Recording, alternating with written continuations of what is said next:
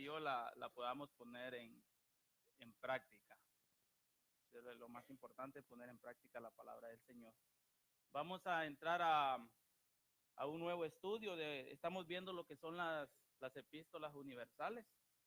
Recuerde que primero están las 13 cartas paulinas. Se les llama paulinas porque Pablo es el escritor. Y ahora estamos en las generales. Y pues vamos a entrar a estudiar las cartas universales de Juan el apóstol, que son 3. Y vamos a entrar en la primera epístola universal del apóstol Juan. En la clase de hoy vamos a estar viendo la introducción. Para iniciar, a mí cualquier enseñanza, cualquier prédica, siempre me gusta iniciar con una porción de la palabra de Dios. Vamos a ver la introducción, pero vamos a leer del capítulo 1 al 4, para que usted y yo estemos ya en contexto. ¿Amén? Dice la palabra del Señor: lo que era desde el principio, lo que hemos oído, lo que hemos visto con nuestros ojos, lo que hemos contemplado y palparon nuestras manos tocante al verbo de vida, porque la vida fue manifestada y la hemos visto y testificamos y os anunciamos la vida eterna, la cual estaba con el Padre y se nos manifestó. Lo que hemos visto y oído, esto os anunciamos, para que también vosotros tengáis comunión con nosotros. Y nuestra comunión verdaderamente es ¿con quién? Con el Padre y con su Hijo Jesucristo. Estas cosas os escribimos para que vuestro gozo sea cumplido. O sea que aquí lo que vamos a estudiar es la palabra de Dios. Juan no está hablando de él, no está hablando de sus logros, no está hablando de sus pensamientos, de cómo fue a andar con Jesús, sino que él está hablando del Evangelio de Cristo. Entonces vamos a iniciar. El autor. Esta carta lleva el nombre del autor, que es el apóstol Juan. Si bien vemos, el autor jamás se identifica por nombre. A Juan se le atribuyen cinco libros de la Biblia, que es el Evangelio según San Juan, las 3 cartas a San Juan y el Apocalipsis. Pero si miramos de los 4, en el único donde él se identifica, ¿en dónde es? En Apocalipsis. Es el único donde él se identifica, en el anciano Juan. Pero, ¿por qué se dice que estas epístolas fueron escritas por él? Si bien el autor jamás se identifica por nombre, la evidencia que apoya una autoría apostólica es el vocabulario similar entre el Evangelio y las epístolas. O sea que el léxico que se utiliza, la forma en que se escribió es similar. Entonces, por eso se le atribuye a Juan. El autor declaró que él acompañó a Cristo durante su ministerio terrenal. Lo que leímos primero de Juan 1:1, lo que era desde el principio. Ahí cuando habla de lo que era del principio se puede comparar. ¿Cómo inicia el Evangelio según San Juan?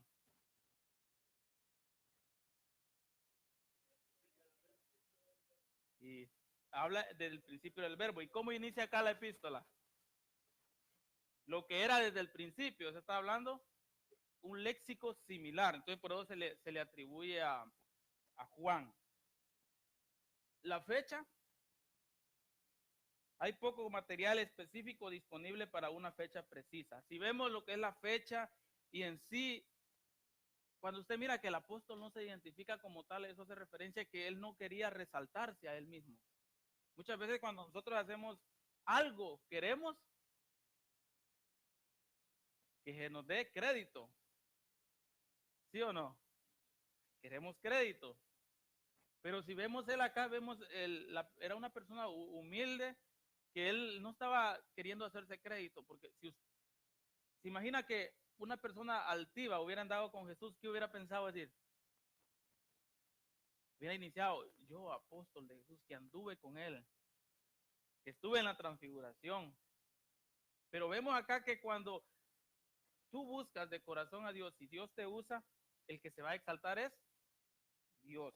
Y aquí con respecto a la fecha, no hay una fecha precisa, pero viendo los escritos, hay más escritos que no son parte del canon bíblico, y también la historia, viendo la historia, la antropología, la tradición indica que Juan cumplió un ministerio importante en Éfeso. Juan estuvo en Éfeso haciendo un ministerio importante, y por lo general la epístola es fechada durante este ministerio. Y sí hay pruebas que él estuvo cerca del año 90 después de Cristo en Éfeso. Entonces, aproximadamente esta epístola fue escrita por los años 90 después de Cristo. ¿Por qué considera usted que es importante identificar la fecha en que fue escrito? ¿Será que solo es para, wow, por los 90, solo para saber? No, porque así nosotros podemos ver el contexto en que fue escrito. Si usted mira hoy en día, no eran los mismos los años 90, los años 80, que los años 2000 para acá. O sea, el mundo, cómo se mueve es diferente. Entonces, cuando estudiamos la Biblia es muy importante saber la fecha, más o menos, ¿para qué? Para ver en qué contexto, cómo se estaba manejando en ese tiempo la sociedad y hacia qué él se estaba enfocando. Entonces vemos ahora los receptores. Si es una epístola, si es una carta, tiene que tener receptores. Si bien vemos una carta normalmente inicia ¿cómo? Con un saludo. ¿Hacia quiénes va dirigido? Lo que vimos en Pedro. Pedro habla a quiénes va dirigido. Esta está considerada una carta porque se habla la forma en que se dirige en tercera persona, pero muchos la consideran un sermón. La consideran como un sermón que él mandó. O sea, no tiene las características así generales de una carta, porque no tiene un saludo, sino que una vez viene con una introducción. Pero ¿a quién está escrita? Parece que la carta fue enviada a un grupo particular de iglesias del Asia Menor que enfrentaban problemas particulares con los falsos maestros. Algo muy importante, a finales del siglo I, para iniciar el siglo II, ahí tuvo inicio un grupo que hasta los días de hoy, los gnósticos. Y históricamente sus inicios fue a finales y a principios del siglo II. A finales del primer siglo y del siglo II, o sea, justo cuando él estaba escribiendo estas cartas. Y habían falsos maestros, y particularmente con los maestros gnósticos que negaban la humanidad de Dios, pero afirmaban su deidad, y los gnósticos antinomianos que separaban la teología de la ética y la moral. Entonces, para atacar, para enfrentar a estos grupos, él escribió la carta. Si vemos una diferencia con Pedro, en segunda de Pedro, nosotros vemos que él habla directamente las características de los falsos maestros, y estudiamos lo que son las características de cómo identificar un falso maestro.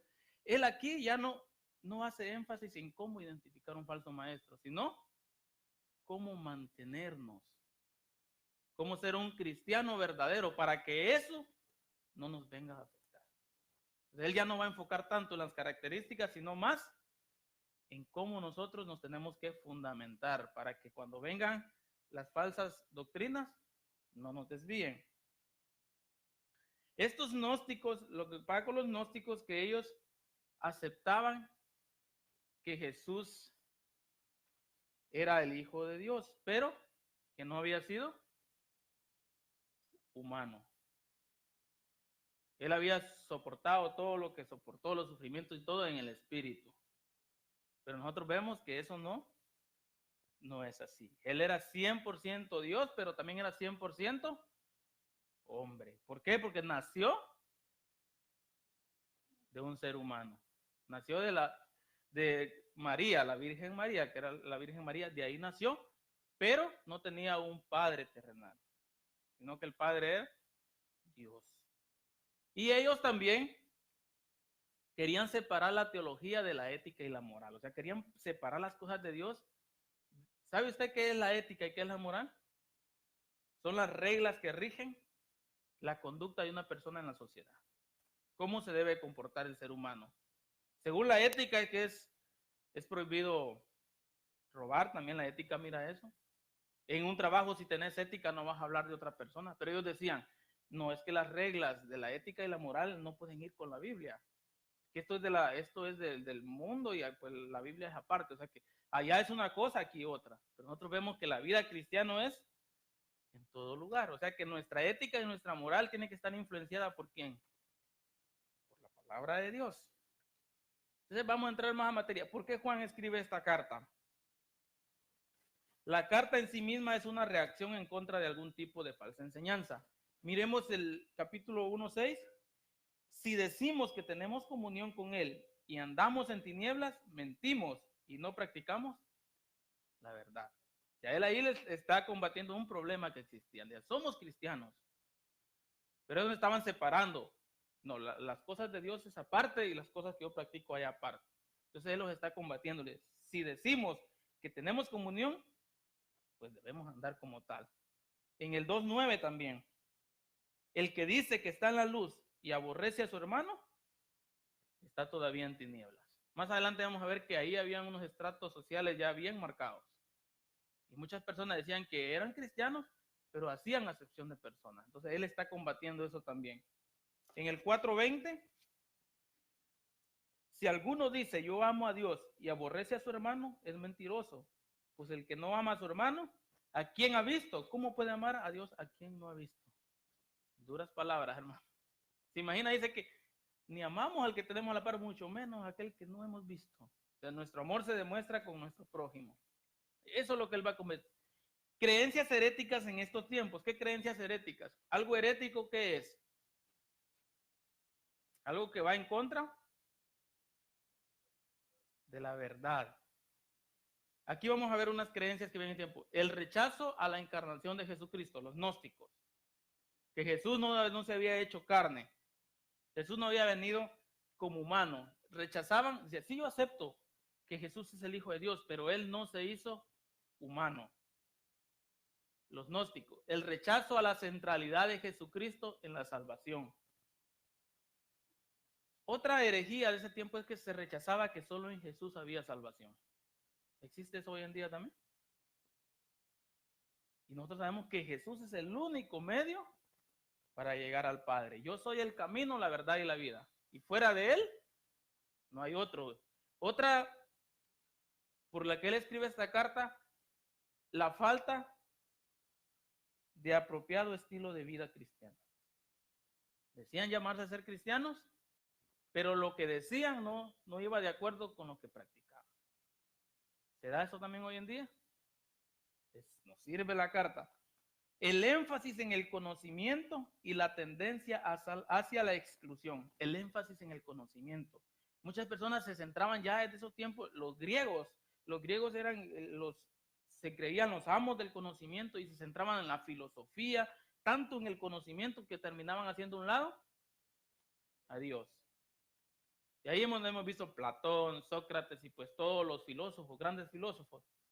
Y hubo un filósofo que él se creyó inmortal que se lanzó en el cráter de un volcán. Se murió. O sea, llegó a tal punto de conocimiento que el conocimiento lo volvió loco.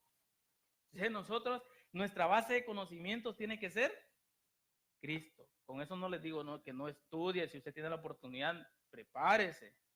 Pero no confíe solo en ese conocimiento.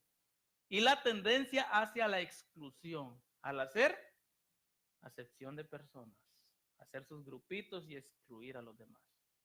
Ya habían personas que decían, no, es que la salvación solo es para los judíos. No que y luego otros, no, pero nosotros también tenemos derecho.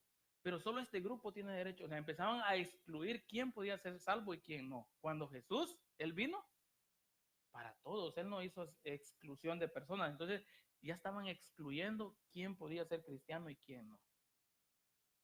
Pero ¿por qué se daba esto, hermano? Nosotros somos personas que nos afecta nuestro entorno, pero está nuestra sociedad, nuestro ambiente donde vivimos. Eso nos afecta. Y muchas veces nosotros pensamos de acuerdo a cómo fuimos creados. Por eso es que es muy importante cómo usted educa a sus hijos, porque crecemos con esos pensamientos. Por eso dice que la pobreza muchas veces está en la mente. Cuando usted mira países desarrollados, hombre, Israel tiene la bendición de Dios, pero es un desierto. Y como ellos hacen esas grandes producciones. Y miramos, por ejemplo, Guatemala, país rico en recursos, pero muchas veces es el entorno en que crecimos. Entonces vamos a estudiar cómo estaba el entorno a finales del siglo I. Para empezar, el mundo era dominado por el Imperio Romano. Recordemos que el Imperio Romano, Alejandro el Grande conquistó todo el antiguo mundo conocido. Ciertas partes se le escaparon, China y otros lugares que se le escaparon, pero en general casi todo el mundo antiguo había sido conquistado por Roma.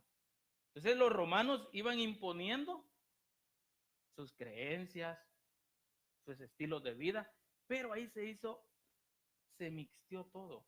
Es lo que vivimos hoy en día aquí en Estados Unidos. Somos de diferentes países y cada quien trae de sus raíces, sus culturas, y pues quiere acá implantarlas. Y hay que muchas veces nosotros queremos hacer cosas como vivíamos allá en nuestro rancho, en nuestra finca, pero aquí no se puede. Tenemos que adaptarnos al país donde estamos. Y así en ese tiempo había una mezcla con las ideas religiosas del Oriente. Se había mezclado Oriente con Occidente. Entonces las ideas religiosas se habían mezclado. Los dioses de los panteones grecorromanos tenían mala reputación. Con ellos, recordemos que los griegos eran los que tenían el conocimiento y los romanos tenían el poder militar. Y los romanos adoptaron ciertos dioses griegos y sus dioses también.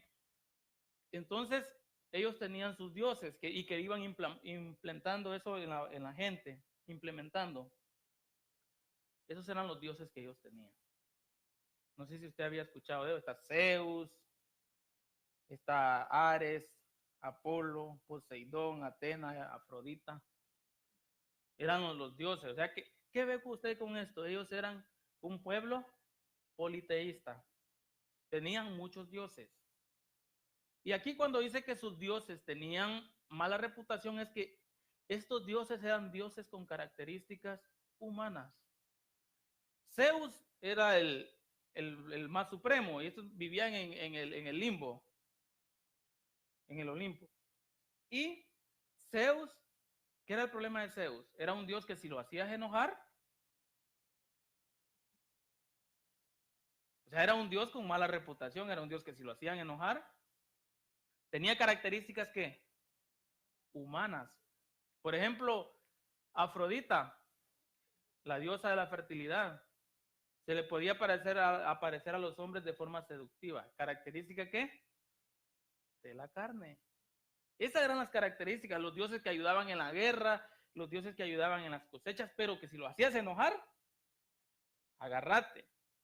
Y cuando llegó el evangelio, cuando llegó Cristo, vemos que en una ocasión Pablo predicó y vio que tenían altares a todos los dioses. Pero por si hay otro Dios que no conocemos y para que no se enoje, para no molestarlo, le vamos a hacer su altar. ¿Y cómo decía el altar?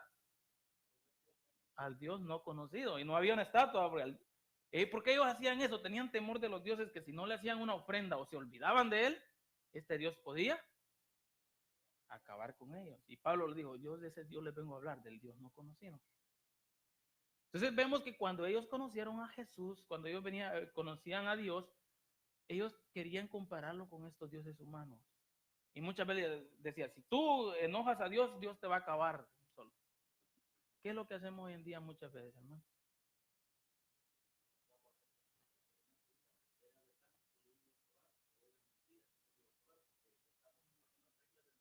Uh-huh.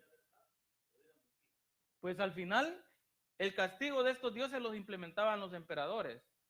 Entonces, si un castigo, muchas personas terminaban siendo esclavos, ¿y a quién le atribuían eso? La destrucción de ese pueblo. A sus dioses. Pero eran los emperadores. Pero la gente lo creía, ¿por qué? Porque venía, no tuvimos el favor de nuestro Dios, nos destruyeron. ¿Por qué es poderoso los romanos? ¿Por qué el César es poderoso? Por sus dioses. Y querían que comparara a Dios, y estos dioses también se dejaban, según ellos, se dejaban manipular. Tenían sus oráculos y los sacerdotes de ellos aceptaban que los sobornos. Ya yo quiero ganar la guerra y llegaban los poderosos, aquí está mi soborno. El problema fue que con los seguidores de Cristo querían hacer lo mismo. Yo quiero el favor de Dios, aquí está mi soborno. Y pues muchos aceptaban, y eso es lo que está combatiendo acá Juan. Hermano, muchas veces nosotros queremos humanizar hoy en día también a Dios. Es que estás pasando eso porque Dios te lo tiene así. Sabemos que tenemos que diferenciar en el trato de Dios con un hijo que ama que con los que están afuera. Muchas veces son consecuencias de sus propias acciones. Después podemos ver lo que es el trato de Dios y que, porque hay un solo castigo. Hablando del castigo, hay un castigo que está preparado para el tiempo final. Las religiones místicas basaban su popularidad en el énfasis de una relación personal con la deidad y su conocimiento secreto. Ellos tenían sus dioses que eran populares, pero también tenían cierto secretismo. Solo los sacerdotes, el oráculo, solo hay que ir a consultarle al oráculo qué dice él, ¿podemos ganar esta guerra o no? Pero ya cuando viene un Dios donde todos podemos comunicar directamente con él, era como que chocaba. Entonces vemos que todo esto que existía, hermano, fue un problema el inicio de la iglesia. La gente quería seguir mezclando esos dioses que le habían sido impuestos con el Dios verdadero. Y nosotros, hermanos, tenemos que saber que tenemos que separar. Tal vez venimos de la religión, desde pequeño hemos crecido en la religión, pero ya ahora hemos sido transformados y ya tenemos que ir dejando todo eso. Cuesta muchas veces porque está en el subconsciente, pero con ayuda de Dios lo vamos a ir haciendo y hacer los cambios necesarios. En el trasfondo de la primera carta de Juan, él ataca a las formas del gnosticismo incipiente. Vamos a entrar un poco más en esto del gnóstico. El gnosticismo docético, que negaba la verdadera humanidad de Jesús porque la materia es mala. Ellos decían que la materia era mala y lo espiritual era bueno. Entonces decían, ¿cómo un ser espiritual que es bueno se va a venir a encarnar en algo que es malo? Pues en parte tenían razón porque vemos que la carne quiere las cosas malas. Pero el problema de ellos es que generalizaban, toda la materia es mala y todo lo espiritual es bueno. Y en todo lo espiritual no solo está lo bueno, sino que están los demonios y todo. Entonces ellos decían, todo lo que es espiritual no es malo. Entonces ellos se metían mucho, no solo en el ámbito espiritual de Cristo, sino en el ámbito también de Satanás. El gnosticismo serentino, se llama serentino porque el fundador fue este hombre en los inicios serentino, que identificaba al Cristo como uno de los muchos niveles angelicales entre el bien y la materia mala. Este Cristo espíritu habitó en la humanidad de Jesús.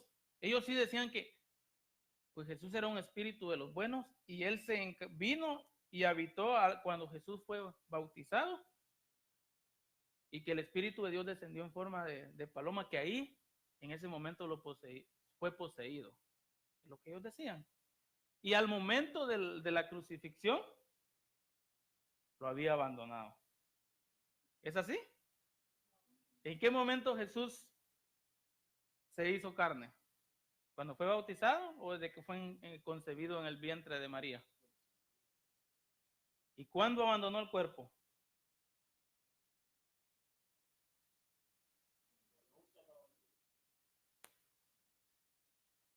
Cuando ascendió a los cielos y fue transformado porque sí, no, pero el cuerpo, sí, porque ahí también muchos dicen, entonces es lo que ellos decían en la crucifixión y ahí se quedó el cuerpo material y solo el espíritu y vemos que no. Por eso Jesús se levantó de los muertos y para levantarte de los muertos no solo era en espíritu, tenía que ser en el cuerpo. Entonces en eso tenemos que tener mucho cuidado nosotros, hermanos, porque estos gnósticos existen hasta el día de hoy y van a llegar y si tú no estás centrado te van a confundir. De estos dos grupos, mire, aquí algo muy importante, de estos dos grupos, algunos practicaban el ascetismo y otros el antinomianismo. ¿Qué son estos? De los gnósticos unos practicaban el ascetismo. ¿Qué es el ascetismo? Si el cuerpo lo quiere, es malo. Esta corriente del ascetismo es de que si tú deseas algo, es malo. Todo lo que tú desees es malo. Y ahí ven que ellos se aplicaban castigos y pues inclusive se colocaban ciertos artefactos para causarse daño. Ahí vienen los azotes, se colocaban aquí ciertos collares que les causaban daños, porque yo decía, para castigar a mi cuerpo. ¿Será que así debemos de castigar nosotros al cuerpo? Pero estaba el otro grupo que eran los antinominianos, que si el cuerpo lo quiere, es bueno, hay que dárselo. Ya. Entonces el otro grupo decía, si el cuerpo lo quiere, hay que dárselo, no es malo, todo lo que el cuerpo quiera. ¿Por qué decían ellos esto? Si usted mira, lo de la carne es malo, lo del espíritu es bueno. Si el cuerpo lo quiere, es un deseo, decían ellos, del espíritu. Entonces hay que dárselo. Miren cómo son de tremendos. Ya el deseo no es de la carne, si el deseo es. Mientras que los otros decían que el deseo era de la carne. ¿De dónde vienen los deseos, hermano? De nuestra carne. ¿Será que es malo complacer algunos deseos que tengamos? Ahí ya viene cómo usted va a discernir. ¿Sí? Por ejemplo, usted tiene un deseo de comer, pues no es malo. Pero si usted, por ejemplo, tiene ayuno y tiene el deseo, pero no domina su deseo en ese momento, ahí es diferente. Pero si ya es un deseo de una persona o algo y es prohibido, entonces por eso nosotros entramos con nuestro discernimiento y tenemos el control sobre nuestros deseos. ¿Por medio de quién? De Jesucristo. Pero miren, estos grupos, como les digo, todo esto se había hecho por la mezcla de culturas y todo. Y ellos querían, no habían nacido en realidad de nuevo. Entonces, hacían una mezcla. En Guatemala decimos chirmol.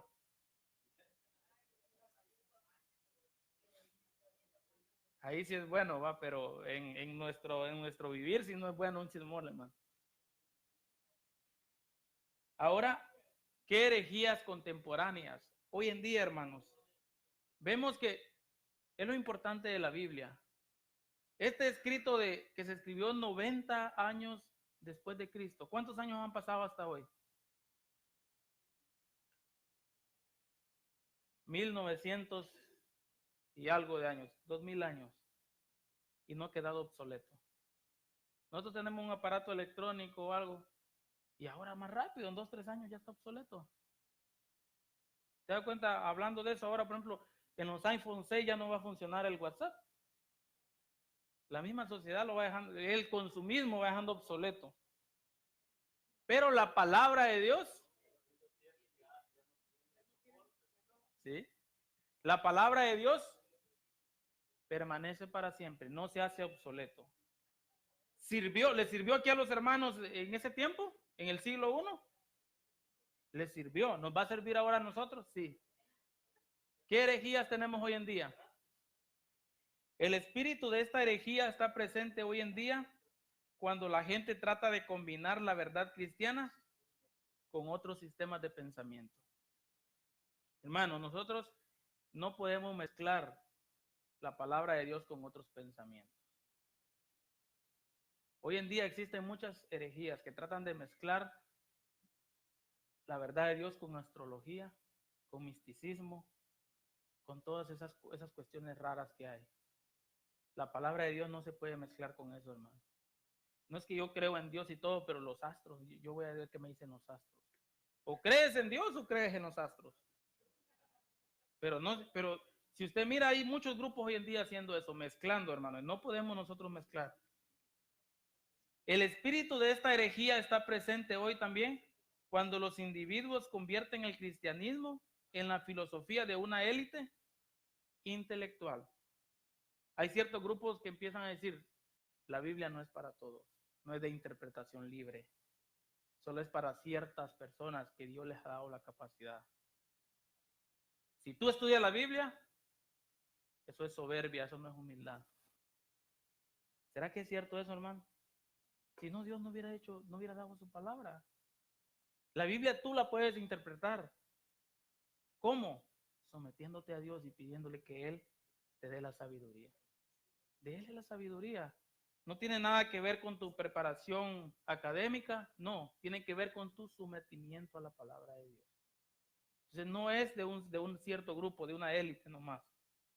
También este espíritu está presente entre nosotros cuando la gente busca el ascetismo o el antinomianismo. ¿Qué era qué? Si el cuerpo lo quiere, dáselo. O lo que el cuerpo quiere es malo, hay que castigar a este cuerpo físicamente.